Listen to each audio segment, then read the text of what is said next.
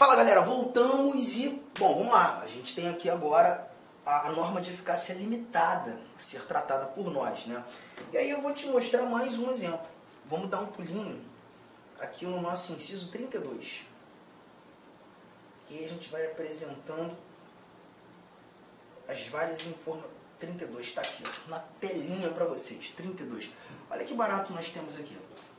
Nós encontramos o seguinte: o Estado promoverá, na forma da lei, a defesa do consumidor. Então perceba que aqui nós temos mais uma vez o na forma da lei. Só que a interpretação ela vai ser diferente, porque você encontra o seguinte: ó, o Estado promoverá, na forma da lei, a defesa do consumidor. Primeiro ponto, o nosso Constituinte garantiu a defesa do consumidor como um direito fundamental. Aqui nós temos a defesa do consumidor como um direito fundamental. Isso aqui já está tranquilo, legal? Todavia, a gente verifica que a defesa do consumidor, ela não foi, as regras de defesa do consumidor, elas não foram estatuídas na Constituição.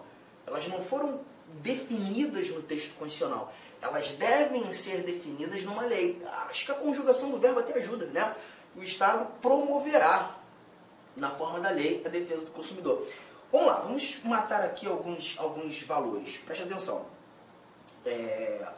Nós temos a Constituição nascendo em 1988. Então, em 1988, a gente ainda não tinha uma lei definindo as regras de defesa do consumidor. Aí, em 88, nasce a Constituição exigindo essa lei, exigindo que o Estado promovesse, na forma da lei, a defesa do consumidor. O Código de Defesa do Consumidor, conhecido Código de Defesa do Consumidor, ele nasce em 1990, que é a Lei 8.078. Aquela lei, a Lei 8.078. Então, o legislador, ele obedeceu essa ordem constitucional, já que a Constituição exigiu que o Estado promovesse, na forma da lei, a defesa do consumidor. O legislador foi lá e criou a lei, obedecendo essa determinação constitucional. Nessa linha de raciocínio, a gente verifica que a norma constitucional ela só trouxe a defesa do consumidor como direito, mas não falou mais nada sobre. Houve a exigência de uma complementação. E o que isso nos reporta? Temos a defesa do consumidor, deixa eu colocar aqui, defesa do consumidor, inciso 32 da nossa Constituição, como um direito fundamental, está lá na norma. Só que essa norma constitucional ela precisa de um complemento. E esse complemento decorre do nascimento de uma lei. Tudo bem? Sem essa lei, eu ainda não tenho as regras de defesa do consumidor. Eu não tenho nada. Eu só tenho um direito apresentado, mas sem suas regras.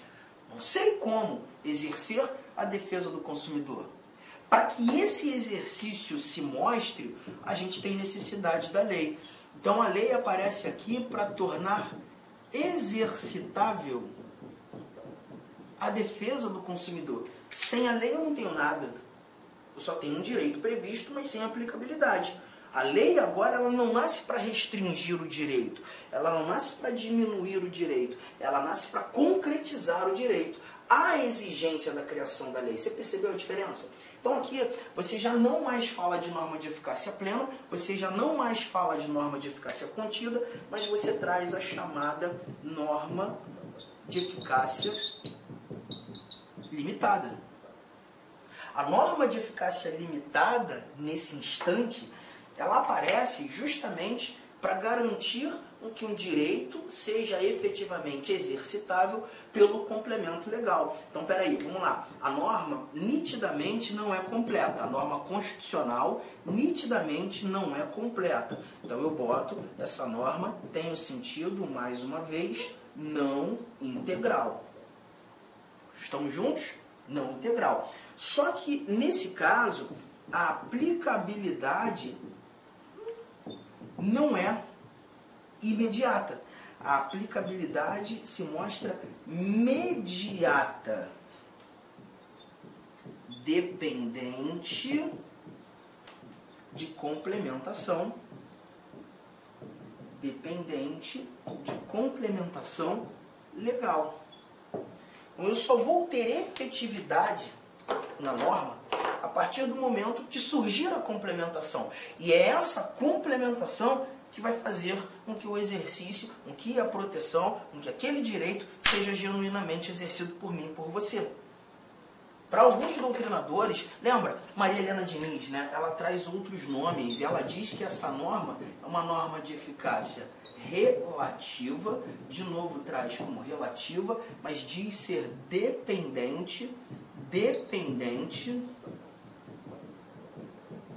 de complementação.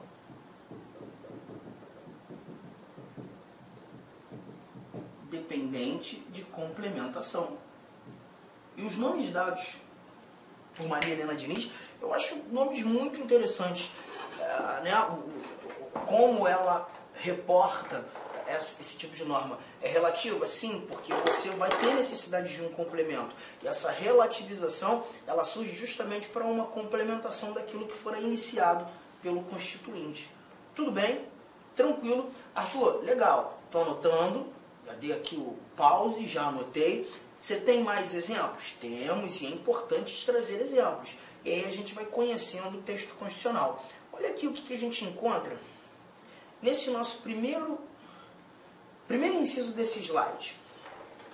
Primeiro inciso desse slide. Nós temos aqui a abertura da liberdade de credo religioso. A abertura da liberdade de credo religioso. Aqui nós temos o seguinte, ó, olha aqui. É inviolável a liberdade de consciência e de crença, sendo assegurado o livre exercício dos cultos religiosos e garantida, na forma da lei, a proteção aos locais de culto e suas liturgias.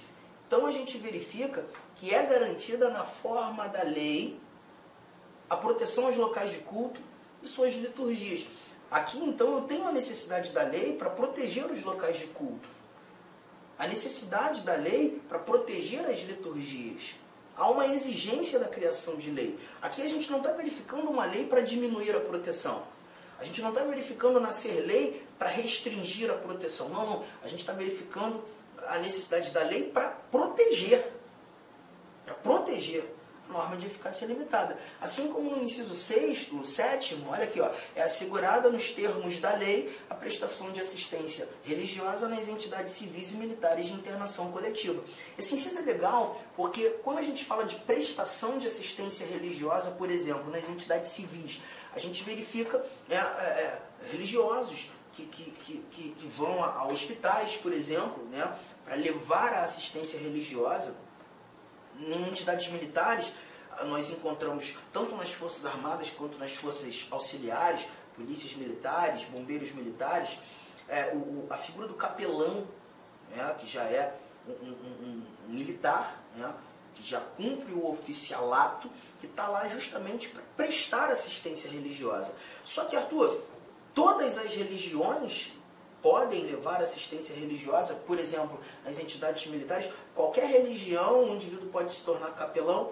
Não, aí você tem a necessidade que lei regulamente isso, né? Hoje, salvo engano, você tem algumas ramificações religiosas, como o protestantismo, como o catolicismo, salvo engano, o espiritismo, líderes espíritas também, né? Pastores, padres, líderes espíritas, mas você não tem para todas as religiões. Você não tem para todas as religiões. Então, essa prestação de assistência religiosa em entidades militares precisa ser regulamentada em lei. E quando do regulamento em lei, nós teremos a oportunidade que essa prestação de assistência religiosa seja garantida. E aí a gente chega a um ponto. Você está percebendo que o exercício do seu direito, nesse contexto, ele depende de uma complementação legal. E aí, muitas vezes, em sala de aula, quando o aluno está viajando comigo, imbuído comigo nessa interpretação, ele pensa assim, caramba, mas isso é muito confuso, né? Porque perceba, aí eu tenho um direito, o Constituinte me deu o direito, está lá escrito na Constituição, só que em alguns casos, para eu exercer esse direito que o Constituinte me deu, eu tenho que aguardar a regulamentação. Esse direito precisa ser regulamentado. Arthur, a minha preocupação é a seguinte, E se o legislador não regulamentar? Se o legislador não criar a lei que o Constituinte exigiu nascer para que o direito seja efetivamente exercido por mim? Eu fico no prejuízo? Num primeiro momento a gente pensa em prejuízo, sem dúvida alguma. Num primeiro momento a gente verifica um prejuízo, porque você tem um direito que você não pode exercer, porque o legislador não fez a parte dele. E aí esse prejuízo deve ser entendido como uma violação ao direito. O poder público está violando o teu direito, não por uma ação, mas por uma omissão.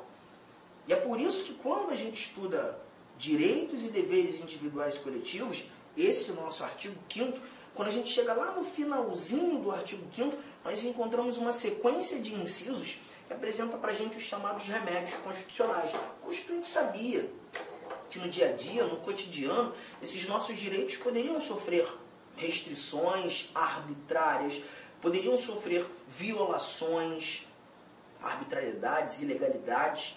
E para essas ilegalidades, para essas arbitrariedades, ou até mesmo uma omissão que configura uma violação, que é o caso aqui, o Constituinte nos deu remédios, que são ações judiciais, como regra geral, e nós teremos a oportunidade de levar ao conhecimento do Poder Judiciário, falar para o Judiciário, o Poder Público violou o meu direito. O Judiciário aqui, o Poder Público atingiu o meu direito. O Poder Público não fez aquilo que deveria fazer e isso me gera um prejuízo. E o Judiciário vai ser competente para resolver o problema. Os remédios constitucionais são instrumentos garantidores da boa fruição. Olá, meus amigos. Inicialmente eu peço licença a vocês, pois interrompi os seus estudos, mas esse vídeo é um vídeo promocional da Lá Concurso, é um vídeo para você se deparar aqui com o nosso site. Se você quiser assistir o final desse vídeo, se você quiser assistir o PDF, quer fazer o curso completo, ponto a ponto do edital, super atualizado, enxuto, eu convido você a se matricular no nosso curso, tem um link aqui embaixo, o investimento apenas R$ 119,90.